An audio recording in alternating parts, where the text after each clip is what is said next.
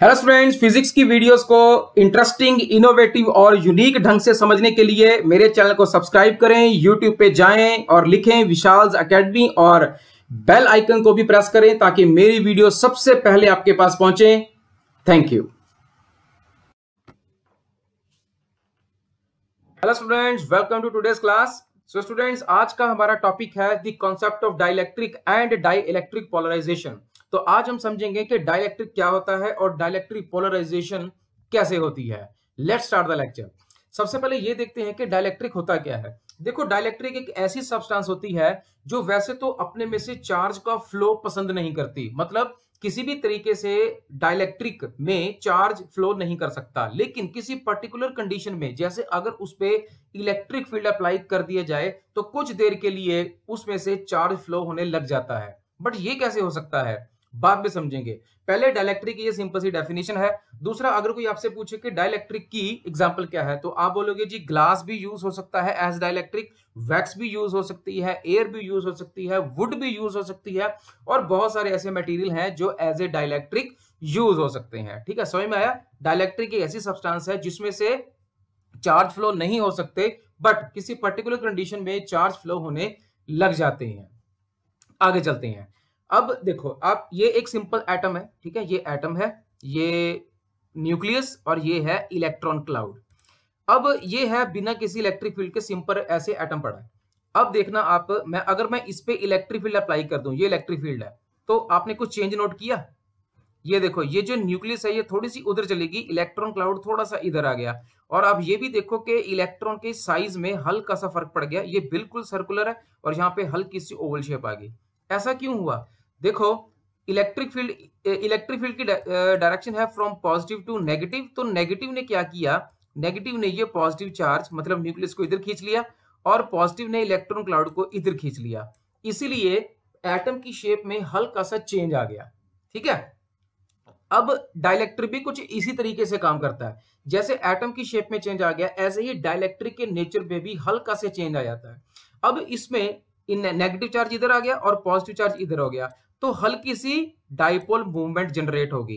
इसको बोलते हैं टेम्पररी डाइपोल मूवमेंट। ठीक है, क्या बोलते हैं? Temporary dipole movement. ये हमेशा के लिए नहीं होती, ये तब तक ही रहेगी जब तक आप इस पे इलेक्ट्रिक फील्ड अप्लाई करते रहोगे। जैसे ही आपने इलेक्ट्रिक फील्ड अप्लाई करना छोड़ दिया, वापस अपनी जो इनकी ओरिजिनल कॉन्फ़िगरेशन है उसमें वापस आ जाएगी। ठीक है, समझ में आया। एक होती है permanent dipole movement. Permanent dipole movement कैसे? जैसे इनकी है, ये भी देखो कुछ एटम्स हैं, ये फिलहाल तो रैंडम पड़े हुए हैं बिकॉज यहाँ पे कोई इलेक्ट्रिक फील्ड नहीं है, लेकिन जैसे ही आपने इलेक्ट्रिक फील्ड अप्लाई कर दिया तो सबके देखो पॉजिटिव चार्जेस एक तरफ हो गए, क्योंकि इलेक्ट्रिक फील्ड की डायरेक्शन होती है फ्रॉम पॉजिटिव टू नेगेटिव। तो नेगेटिव ने सारे पॉजिटिव चार्जेस को अपनी तरफ खींच लिया। आप बोलोगे जी ये तो सारे सीधे होने चाहिए थे। बिल्कुल सही है, सारे तो सीधे ही होने चाहिए थे, क्योंकि हमने अब तक ये पढ़ लिया है कि अगर आप किसी डाइपोल को किसी इलेक्ट्रिक फील्ड के अंदर रख दो तो इलेक्ट्रिक फील्ड उसे घुमा के अपनी डायरेक्शन में करने की कोशिश करता है। यहां भी इलेक्ट्रिक फील्ड कुछ ऐसा ही कर रहा है, डाइपोल को अपनी डायरेक्शन में घुमाने की कोशिश कर रहा है, लेकिन 100% डाइपोल कभी भी इलेक्ट्रिक फील्ड की डायरेक्शन में नहीं होते ड्यू टू थर्मल एजिटेशन या और भी कुछ रीजंस हैं, उनकी वजह से 100% डाइपोल मूवमेंट कभी भी इलेक्ट्रिक फील्ड की तरफ नहीं जा पाते। लेकिन मैक्सिमम जो डाइपोल्स होते हैं वो इलेक्ट्रिक फील्ड की डायरेक्शन में आ जाते हैं। ठीक है, समझ में आया effect of electric field on the dipole. ठीक है, ये थी थोड़ी सी बेसिक नॉलेज। अब एक एक्सपेरिमेंट करते हैं। मेरे पास एक बैटरी है, ये देखो मेरे पास एक बैटरी है और है मेरे पास एक कैपेसिटर, चार्ज कैपेसिटर है, ये है विदाउट डाई इलेक्ट्रिक। अब मैं क्या करता हूं, इस कैपेसिटर के अंदर डाइलेक्ट्रिक डाल देता हूं, ये डाल दिया डाइलेक्ट्रिक। अब डाइलेक्ट्रिक के डालने से हुआ क्या? अब आप बोलोगे कि सर कैसे डाल दिया डाइलेक्ट्रिक? अच्छा क्वेश्चन है ना, कैसे डाल दिया डाइलेक्ट्रिक? देखो, ऐसे डाल दिया कि दो कैपेसिटर की प्लेट्स हैं, उसके अंदर मैंने पेपर डाल दिया, सपोज वुड की कोई रॉड है वो इंसर्ट कर दी, है ना, कोई और माइका है, जैसे माइका की शीट होते हैं जैसे, उसको इंसर्ट कर दिया, कोई अंदर मटेरियल रख दिया जो कि डाइलेक्ट्रिक का काम कर रहा है। अब हम ये देखना चाहते हैं कि डाइलेक्ट्रिक के रखने से इफेक्ट क्या आया। आप बड़े ध्यान से देखना क्या इंपैक्ट पड़ेगा। देखा आपने? चेंज नोट की? यहां पे जो चार्जेस है उसमें स्पेस है, मतलब चार्ज कम है। जैसे ही आपने डाइलेक्ट्रिक डाल दिया, प्लेट्स के ऊपर चार्ज बढ़ गया। इसका मतलब डाइलेक्ट्रिक का एक इफेक्ट है to increase the charge on the capacitor plates. याद रखना, जब भी आप डाइलेक्ट्रिक कैपेसिटर प्लेट में डालोगे तो चार्ज कैपेसिटर प्लेट के ऊपर बढ़ जाएगा। एक तो इफेक्ट ये रहा, ठीक है। एक और एक्सपेरिमेंट करते हैं। अब मेरे पास ये पोटेंशियोमीटर है, ठीक है। ये जो वोल्टेज मेजर करेगा, मैंने वी इसलिए लिखा है कि ये वोल्टेज मेजर करेगा, ठीक है। ये मेरे पास एक पोटेंशियोमीटर है और एक है बैटरी। फिलहाल सॉरी, मेरे पास है एक कैपेसिटर, यहाँ पे बैटरी नहीं है। अब देखो, कैपेसिटर के बीच में जो पोटेंशियल डिफरेंस अप्लाई हुआ पड़ा है, ये यहाँ पे है मैक्सिमम। मतलब कैपेसिटर के प्लेट्स के अंदर इस वक्त मैक्सिमम पोटेंशियल है विदाउट डाइलेक्ट्रिक।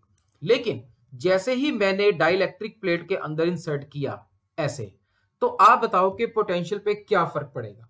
जैसे ही मैंने कैपेसिटर प्लेट के अंदर डाइलेक्ट्रिक डाल दिया, वोल्टेज में क्या फर्क पड़ेगा। आप बोलोगे जी देखो, मैक्सिमम से ऊपर तो जा नहीं सकती, क्या जीरो हो जाएगी। अब दो ही आंसर हैं, या तो कम होगी या जीरो हो जाएगी वोल्टेज, या मतलब पोटेंशियल डिफरेंस। चलो देखते हैं, कम हो जाएगी।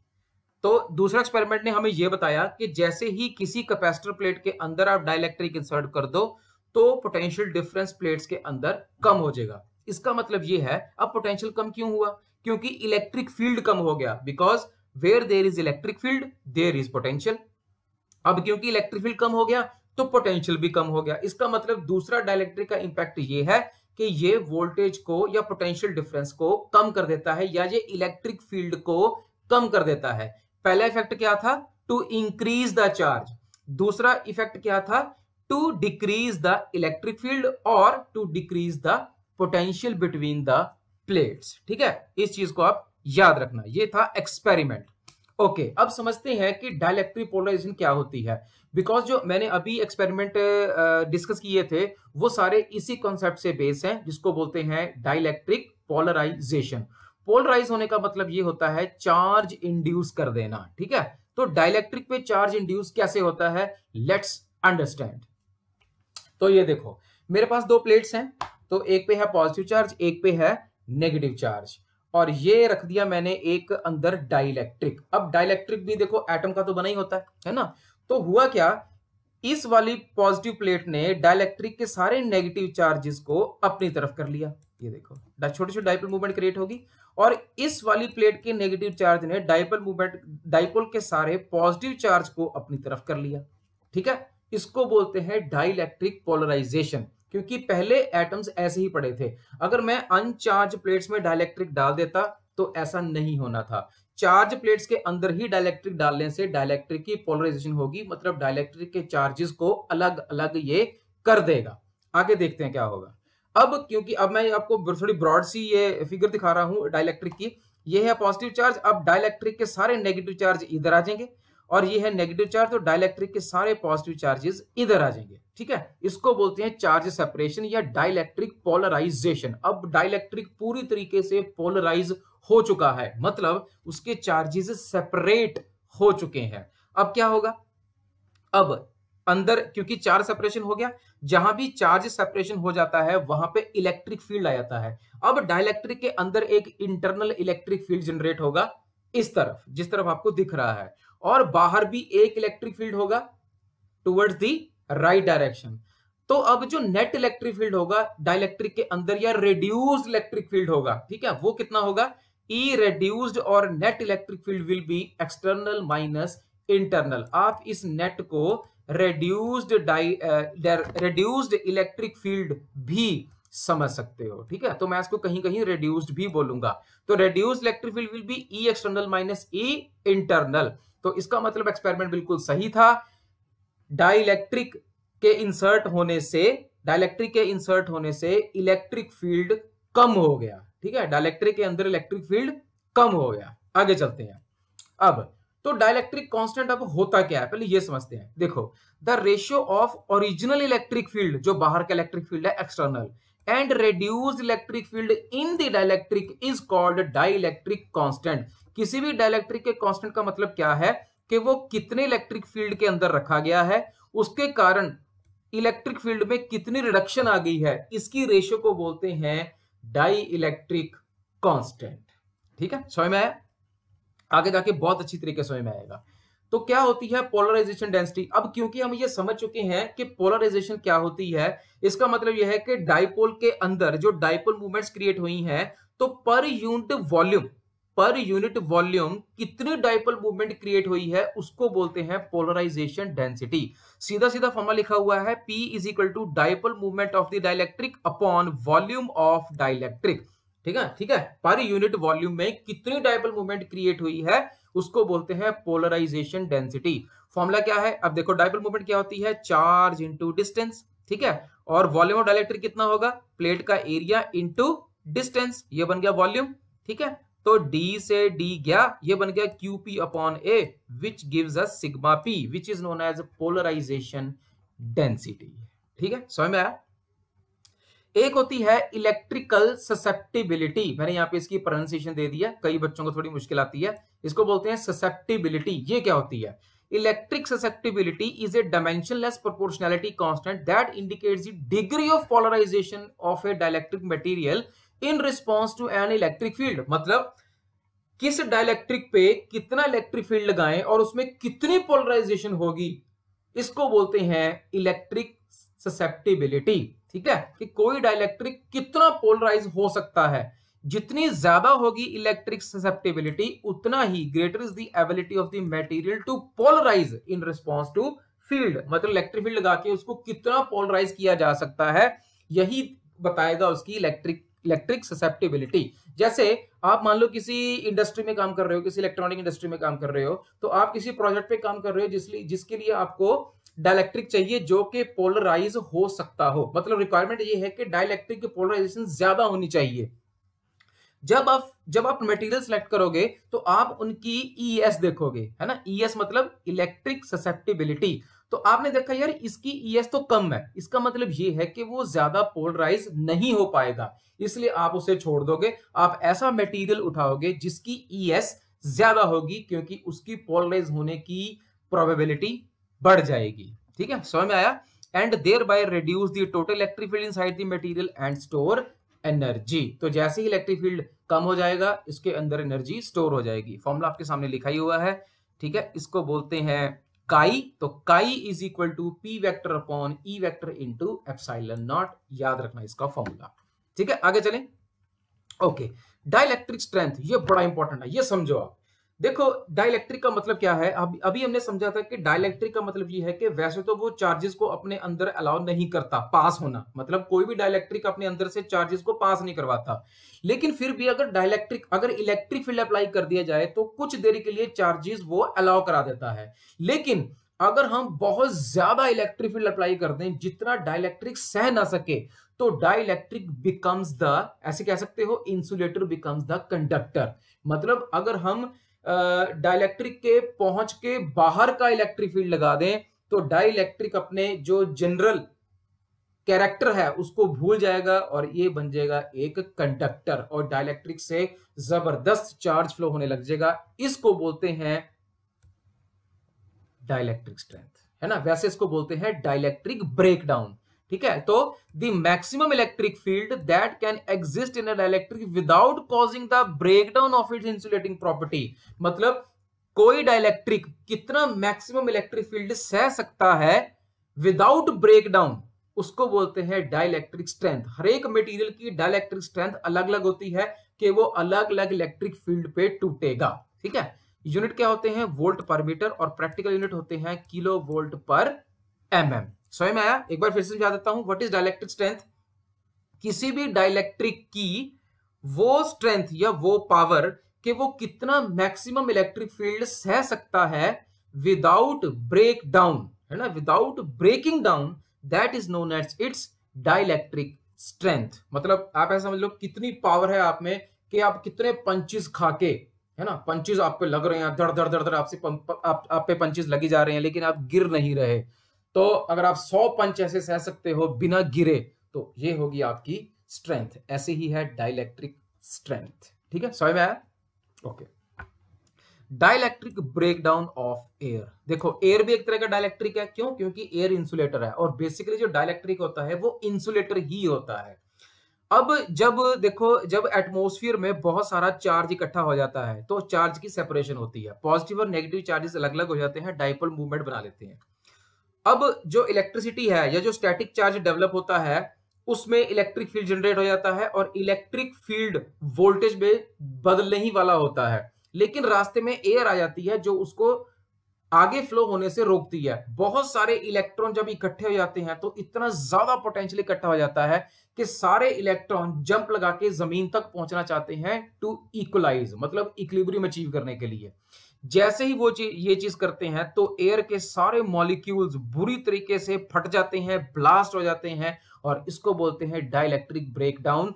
और इसलिए एयर में से बिजली अपने आप ही नीचे जमीन तक आ जाती है, इसको बोलते हैं डाइलेक्ट्रिक ब्रेकडाउन। ठीक है, समझ में आया? जैसे एयर का डाइलेक्ट्रिक ब्रेकडाउन हो गया, एयर की स्ट्रेंथ टूट गई, इतना इलेक्ट्रिक फील्ड अप्लाई हो गया एयर पे कि एयर के सारे मॉलिक्यूल्स टूट गए।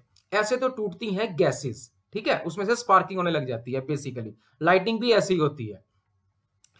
ये है सॉलिड इंसुलेटर का डाइलेक्ट्रिक ब्रेकडाउन। देखो ये कोई शीट है कोई ग्लास की, जब इसका डाइलेक्ट्रिक ब्रेकडाउन हुआ, मतलब जब इस पे इलेक्ट्रिक फील्ड लगा, इतना ज्यादा इलेक्ट्रिक फील्ड इस पे लगा दिया कि इसका भी ब्रेकडाउन हो गया, तो कुछ ऐसी शेप बनती है। देखो कितनी सुंदर शेप है। पता है इसको क्या बोलते हैं? इसको बोलते हैं इलेक्ट्रिक ट्रीज। ये 19th सेंचुरी में मेरे को नाम भूल गया साइंटिस्ट का, ये उन्होंने खोजी थी, इसको इलेक्ट्रिक ट्रीज बोलते हैं। तो ऐसे सॉलिड्स में डाइलेक्ट्रिक ब्रेकडाउन होता है। समझ में आएगा डाइलेक्ट्रिक ब्रेकडाउन क्या होता है? जब आप इतना इलेक्ट्रिक फील्ड लगा देते हो कि डाइलेक्ट्रिक सह नहीं पाता और इट बिकम्स द कंडक्टर। ठीक है, समझ में आया? Okay, now capacitance of a PPC with dielectric slab. अब मैं किसी पैरेलल प्लेट कैपेसिटर के अंदर अगर मैं डाइलेक्ट्रिक स्लैब को इंसर्ट कर दूं तो उसकी कैपेसिटेंस पे क्या फर्क पड़ेगा, कम होगी या बढ़ जाएगी, ये देखते हैं with the help of A mathematical model. अब देखो मेरे पास दो कैपेसिटर की प्लेट्स हैं, एक पॉजिटिव चार्ज एक नेगेटिव चार्ज। अब इसका इलेक्ट्रिक फील्ड है, देखो इसको बोलते हैं external electric field, positive to negative. अब मैंने क्या कर दी, एक टी थिकनेस की डाइलेक्ट्रिक शीट ये इंसर्ट कर दी, मैंने कर दी इंसर्ट। अब क्या होगा, शीट का ये पॉजिटिव चार्ज डाइलेक्ट्रिक के नेगेटिव चार्ज को अपनी तरफ खींचेगा, ये देखो, और इसका नेगेटिव चार्ज शीट के पॉजिटिव चार्ज को अपनी तरफ खींचेगा। अंदर भी होगी चार्ज सेपरेशन, जिसको हम बोलते हैं डाइलेक्ट्रिक पोलराइजेशन। ठीक है, अब अंदर भी एक इलेक्ट्रिक फील्ड जनरेट हो गया, ये देखो, इसको बोलेंगे ई इंटरनल। तो नेट इलेक्ट्रिक फील्ड क्या होगा, एक्सटर्नल माइनस इंटरनल। ठीक है, इतना समझ में आ गया? चलो आगे चलते हैं।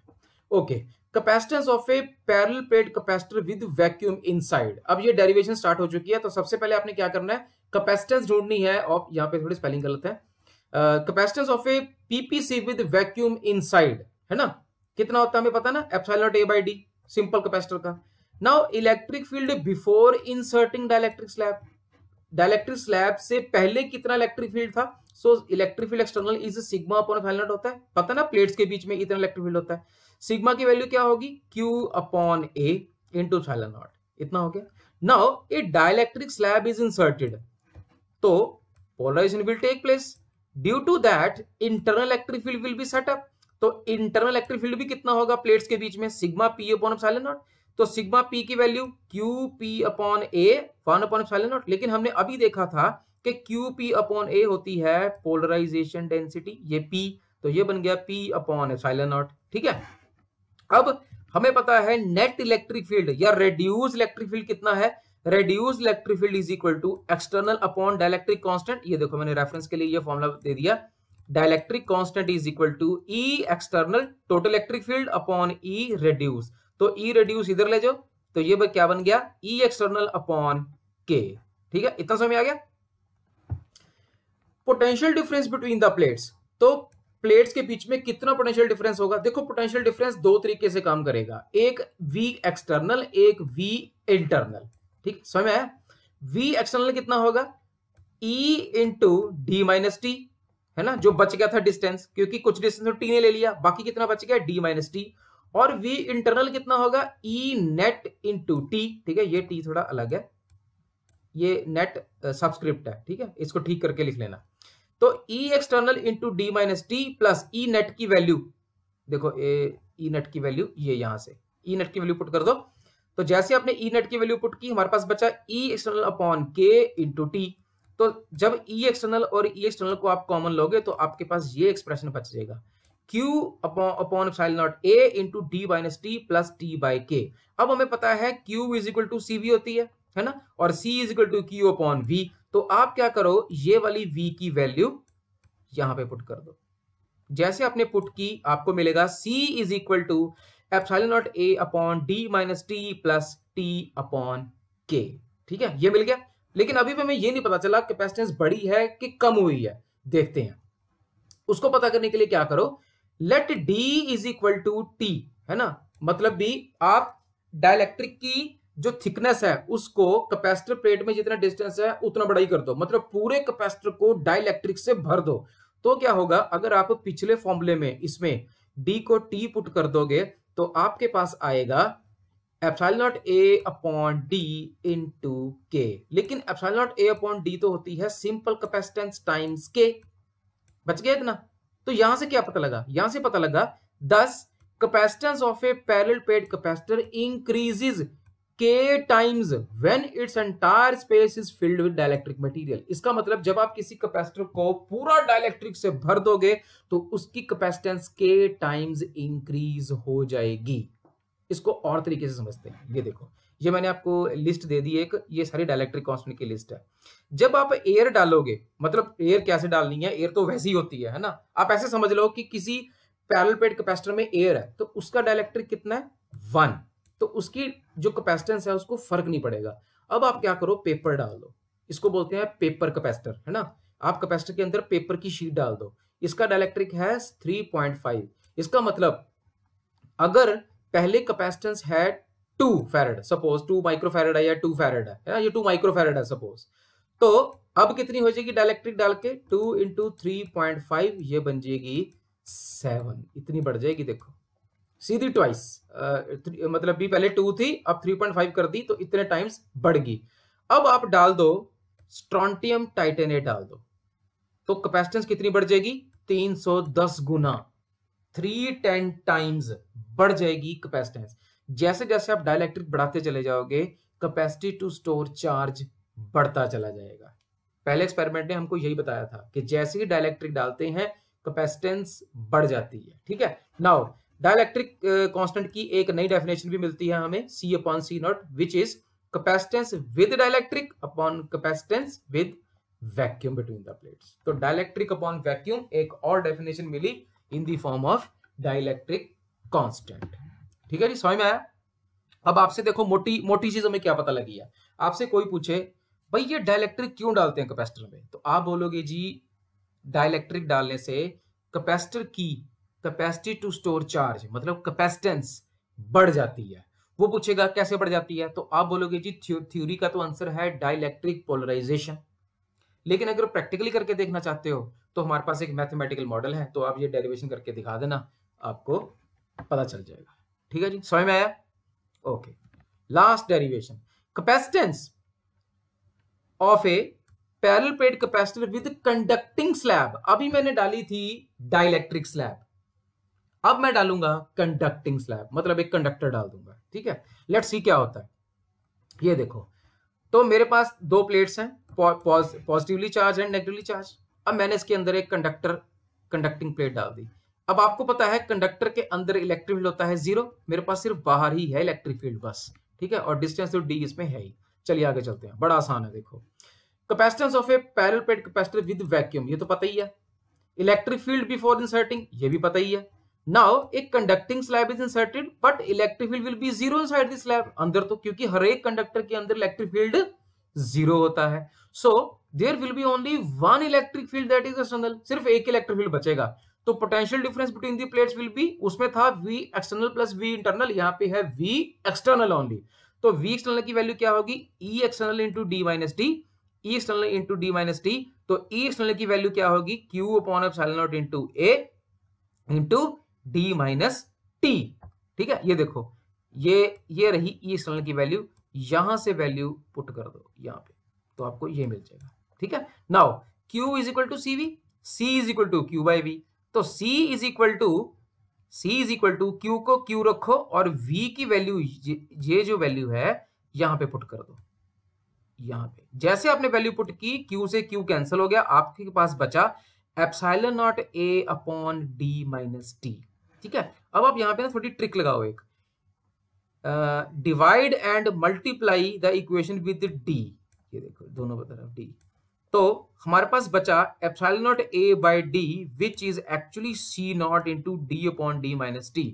क्या मतलब है इसका? इसका मतलब thus by inserting the conducting slab capacitance can be increased by factor D upon D minus T। इतना बढ़ जाएगा। इसका मतलब चाहे आप डाइलेक्ट्रिक डालो तब भी बढ़ेगी, चाहे आप कंडक्टिंग प्लेट डाल दो तब भी बढ़ेगी। अब ये देखो, एक ऐसे कह सकते हो, एक आगे स्टडी का टॉपिक है कि किससे ज्यादा बढ़ेगी किससे कम बढ़ेगी, वो वैल्यूज पुट करके हम देख सकते हैं कि कंडक्टिंग स्लैब से ज्यादा बढ़ेगी या डाइलेक्ट्रिक स्लैब से। ठीक है, तो स्टूडेंट्स आज के लिए इतना ही। आई होप डाइलेक्ट्रिक पोलराइजेशन आपको बहुत अच्छी तरीके से समझ में आई होगी। कोई आपसे आपके दिमाग में कोई क्वेश्चन आ रहा हो, आप कमेंट सेक्शन में मुझे पूछ सकते हो। तो नेक्स्ट वीडियो लेके जल्द हाजिर होऊंगा, तब तक के लिए stay safe, goodbye and stay safe.